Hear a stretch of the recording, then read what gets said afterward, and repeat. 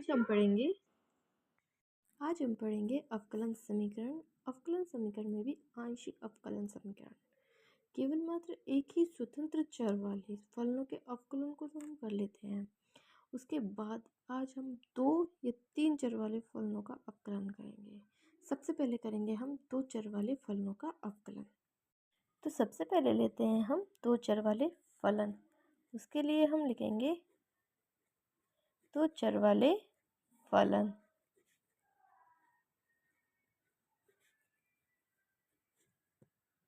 उदाहरण के लिए हम लेते हैं जैसे आयत का क्षेत्रफल। एक आयत का क्षेत्रफल होता है, आयत का क्षेत्रफल इक्वल्स टू, आयत का क्षेत्रफल होता है area. Area equals to L into V, जहाँ एल हमारी होती है लंबाई और बी हमारी होती है चौड़ाई। यानी कि जो आयत का क्षेत्रफल है ए, वो निर्भर करता है आयत की लंबाई पर और आयत की चौड़ाई पर। इसके बाद हमारा कहने का मतलब है कि क्षेत्रफल ए, एल और बी स्वतंत्र चर का फलन कहलाता है। इसी तरह यदि स्वतंत्र चर है, स्वतंत्र चर x तथा y है, y हो तो z इक्वल्स टू होता है f ऑफ एक्स वाई, जहाँ z होता है परतंत्र चर।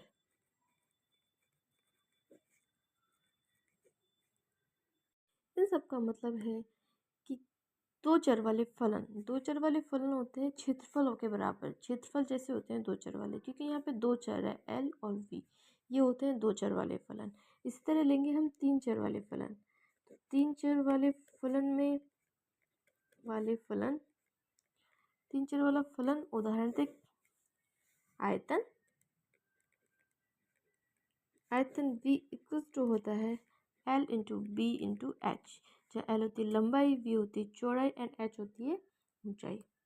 ये तीनों, इसका मतलब है उसकी लंबाई, चौड़ाई और ऊंचाई तीनों पर निर्भर करता है आयतन का फलन। ठीक है, अब हम देखते हैं आंशिक अवकल गुणांक।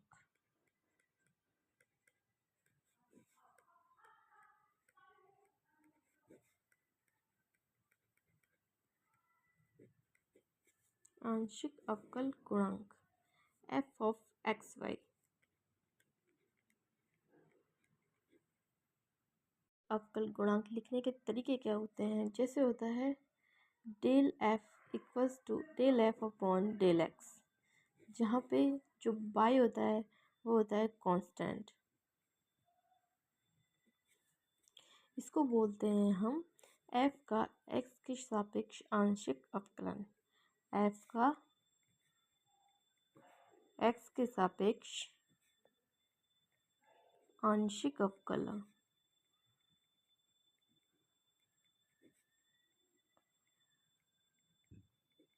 इसी तरह होता है हमारा del f equals to del x, del f equals to del y, जहाँ x होता है कांस्टेंट। इसका मतलब होता है f का y के सापेक्ष आंशिक अवकलन। अगर हम मान लेते हैं कि del f equals to del f upon del x बराबर है p के, लेते हैं del f upon del y बराबर है q के, तो दोनों प्रथम कोटि के आंशिक अवकलन है।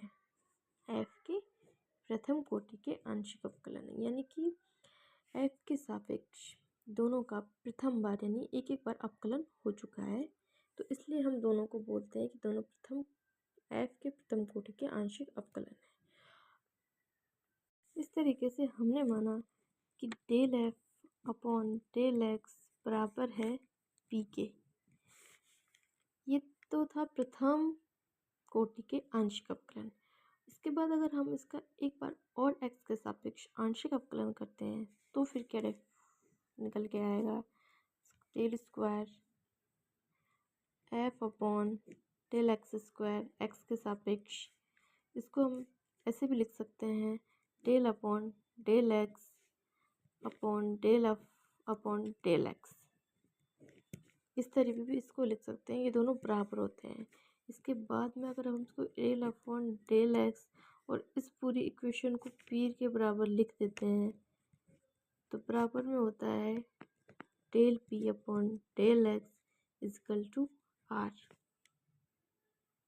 इसी तरीके से हम y का देखते हैं कि del F del square upon del Y square, इसको हम लिख सकते हैं डेल अपॉन डेल वाई, इसको लिख देंगे हम del F upon del Y equal to del Y del upon del Y, इसको लिख देंगे हम क्यू। तो इस तरीके से ये हो जाएगा del Q upon del Y बराबर टी। तो था एफ का एक्स के सापेक्ष दोबारा आंशिक अवकलन। अब हम इसका करेंगे वाई के सापेक्ष आंशिक अवकलन। तो क्या इक्वेशन निकल के आएगी, इसका करेंगे तो del square F upon del X del Y, क्योंकि हम वाई के सापेक्ष इसका अवकलन करेंगे अब। तो del upon del X equal to del F upon del Y. इस तरीके से भी हम इसको लिख सकते हैं। फिर इसको क्या लिख सकते हैं, del upon del x q बराबर del Q upon del x. इसी तरीके से अगर हम इसका y के सापेक्ष अवकलन, तो तरीके से हम y का x के सापेक्ष करेंगे तो del square upon del Y del x equal to del upon del Y del F upon del x equal to del upon del Y, इसको हम p लिखेंगे equal to del p upon del y. इन दोनों को ऐसे, ये दोनों ऐसे, तो ये कहलाते हैं उच्च कोटि के आंशिक अवकलन। उच्च कोटि के आंशिक अवकलज।